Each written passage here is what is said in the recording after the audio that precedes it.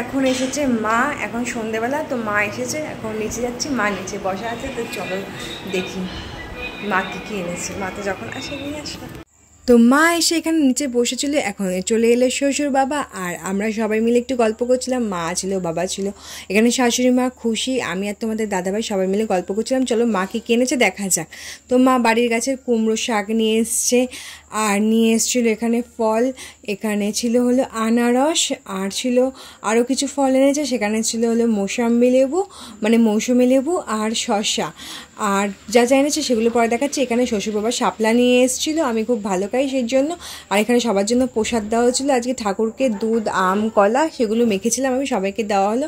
তারপর আমরা সবাই মিলে বসে বসে গল্প করছিলাম, এখানে তোমাদের দাদাভাই আর আমার মা কথা বলছিল একটু।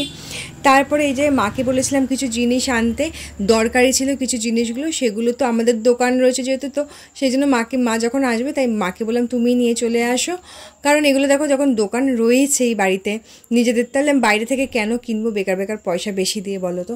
তাই জন্য আমি মাকে নিয়ে আসতে বললাম। তো তোমাদের দাদাভাইয়ের কিছু যা জিনিসের দরকার ছিল তো সেগুলো নিয়ে এসেছিলো মা। আর এখানে আমি দুটো চাদর আনতে বলছিলাম সেম সেম ছাপার, কারণ ওই বিছানার তোষকের ওয়ার্ড দেবো সেই জন্য। তো এইসব আনা হয়ে গেছে। মা তারপর নিয়ে এসেছিলো হলো কি লড, এখান থেকে কিছু খাওয়াও হয়ে গেছিলো, কারণ লডটা তোমাদের দাদাভাই খুব ভালো খায়। আর এই যে বাবা ডিউটি থেকে আসার পরও ডবল ডিউটি রোজকারই পালন করে, উনি ডিউটি থেকে এসে তারপর শাশুড়ি মাকে কী সব পাতা ঠাতার রস করে একদম মুখের গোড়ায় দেয়, তারপর জল দেয়। তারপরে আমাদের যে ডেলি কাজ করে সেই কাকি যখন আসে উনিই চা করে, না হলে বাবা চা করে কিন্তু মায়ের একদম মুখের সামনে দেয়। আর আমাকে অনেকে বলতে পারো, কারণ আমি বেশিরভাগ সময় এখানে থাকিই না, যখন থাকি তখন করি সব অনেক সময়। তারপর খুশি আর তোমাদের দাদাভাই গিয়ে খাবার নিয়ে এসেছিলো, তো এখানে এনেছিল মোগলাই তোমাদের দাদাভাই। তো মোগলাই সব কিছু বাড়া হয়ে গেছে, মোগলাই, তরকারি আর স্যালাড ছিল।